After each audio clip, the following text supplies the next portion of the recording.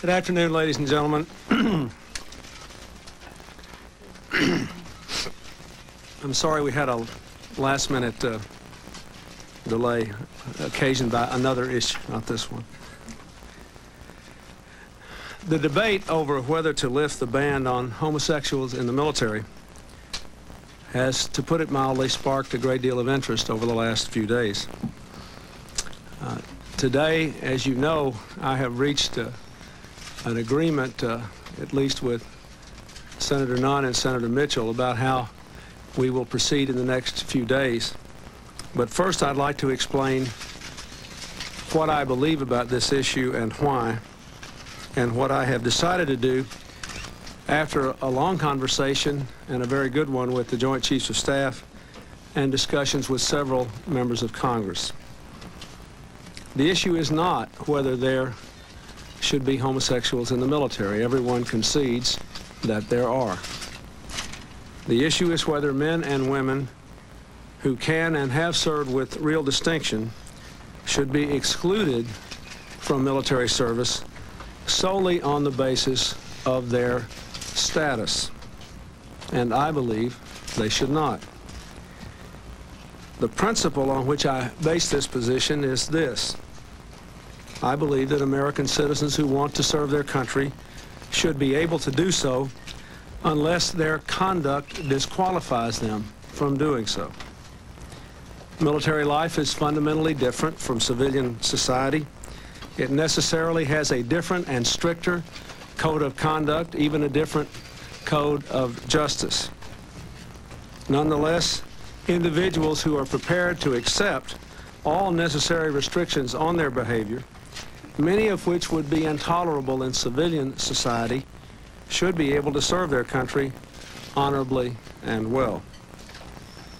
I have asked the Secretary of Defense to submit by July the 15th a draft executive order after full consultation with military and congressional leaders and concerned individuals outside of the government, which would end the present policy solely on the basis of, of this exclusion from military service, solely on the basis of sexual orientation, and at the same time establish rigorous standards regarding sexual conduct to be applied to all military personnel. This draft order will be accompanied by a study conducted during the next 6 months on the real practical problems that would be involved in this revision of policy, so that we will have a practical, realistic approach consistent with the high standards of combat effectiveness and unit cohesion that our armed services must maintain. I agree with the Joint Chiefs that the highest standards of conduct must be required. The change cannot and should not be accomplished overnight. It does require extensive consultation with the Joint Chiefs, experts in the Congress and in the legal community, joined by my administration and others. We've consulted closely to date and will do so in the future. During that process, interim measures will be placed into effect, which I hope, again, sharpen the focus of this debate. The Joint Chiefs of Staff have agreed to remove the question regarding one's sexual orientation from future versions of the enlistment application, and it will not be asked in the interim. We also all agree that a very high standard of conduct can and must be applied. So the single area of disagreement is this: should someone be able to serve their country in uniform if they say they are homosexuals, but they do nothing which it violates the code of conduct or undermines unit cohesion or morale apart from that statement? That is what all the furor of the last few days has been about. And the practical and not insignificant issues raised by that issue are what will be studied in the next 6 months.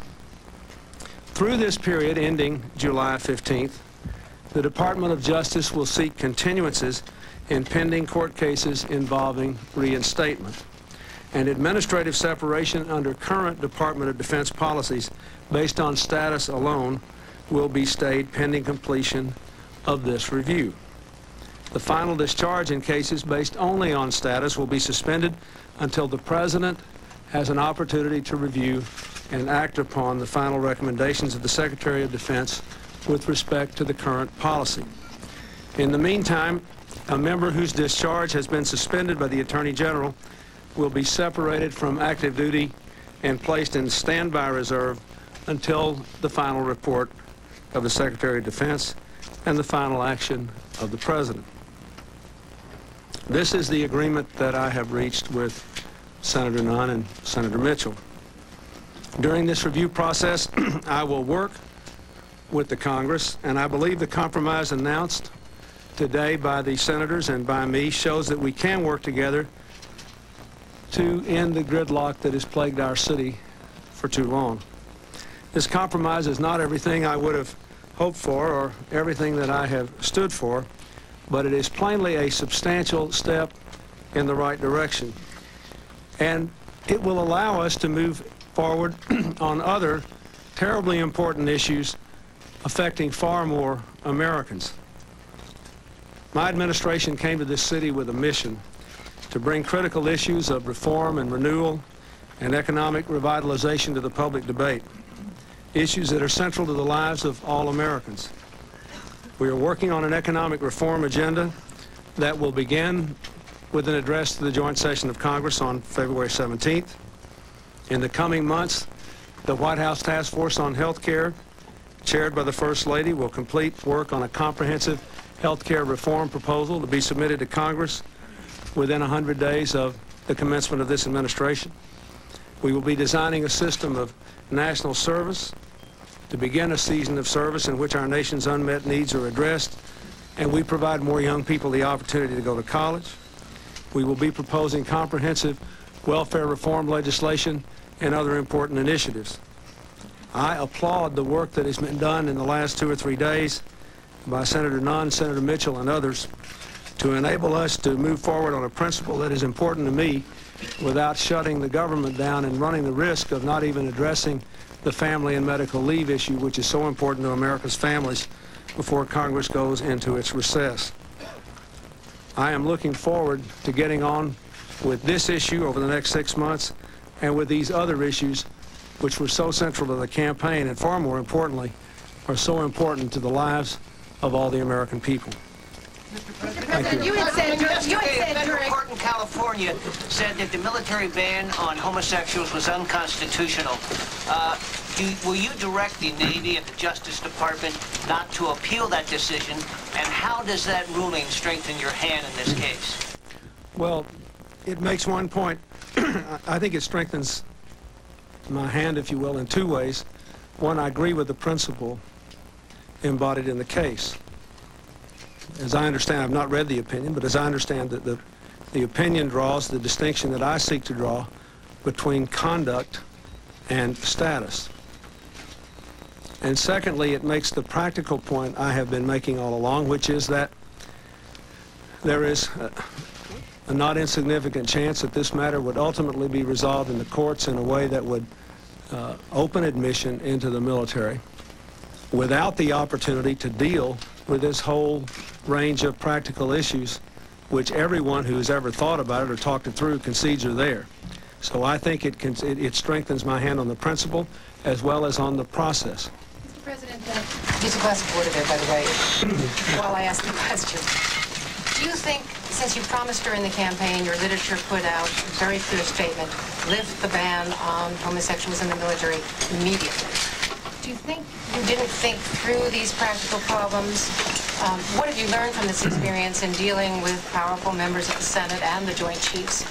And how much of a problem is this for you to accept a compromise which doesn't meet your real goals? Well, I haven't given up on my real goals. I think this is a dramatic step forward. Normally in the history of civil rights advancements, presidents have not necessarily been in the forefront in the beginning.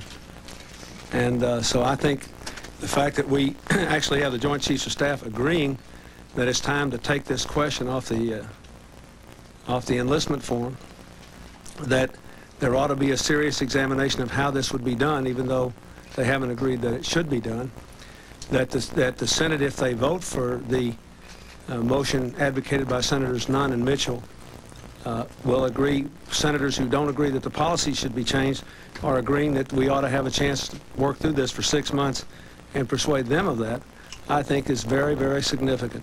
Now, I would remind you that any president's executive order can be overturned by an act of Congress.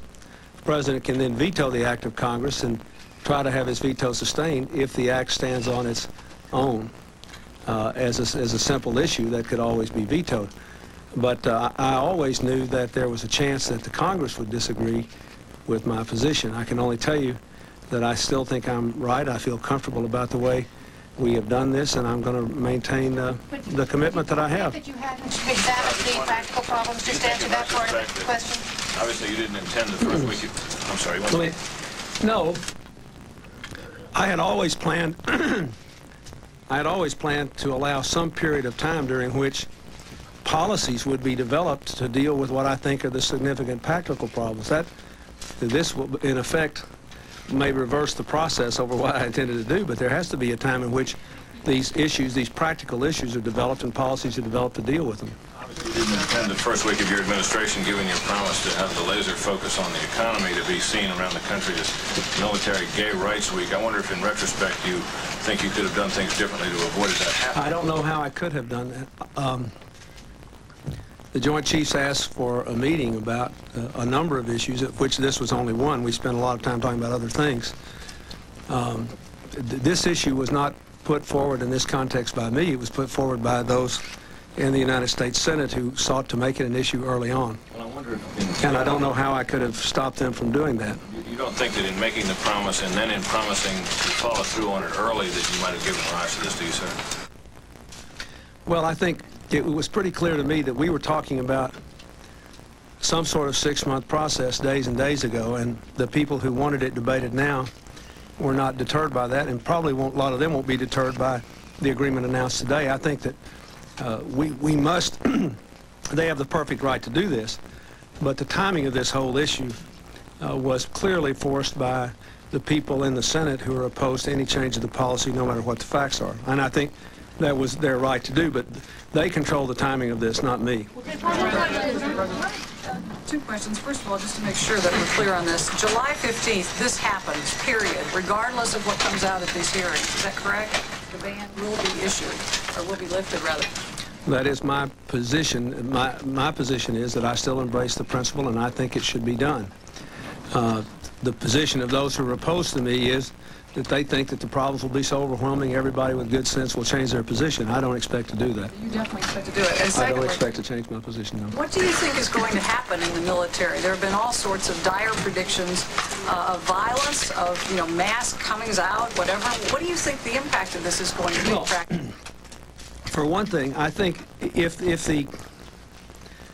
you look at the last 10 years of experience here, according to the reports we have, this country spent $500 million in tax dollars to separate something under 16,500 homosexuals from the service in the face of, and has dealt with complaints, at least, of sexual abuse, heterosexual abuse, largely against women, far greater volumes. But during this period, we have plainly had the best educated, best trained, most cohesive military force in the history of the United States. Everybody, ask anybody in the Joint Chiefs, will tell you that. They agreed that we should stop asking the question. This single thing that is dividing people on this debate. I want to make it very clear what this is. This is a very narrow issue. It is whether a person, in the absence of any other disqualifying conduct, can simply say that he or she is homosexual and stay in the service. I do not expect that to spark this kind of problem. And I certainly think in the next 6 months, as people start to work it through and talk it through, a lot of the legitimate practical issues will be raised and dealt with in a more rational environment that is less charged.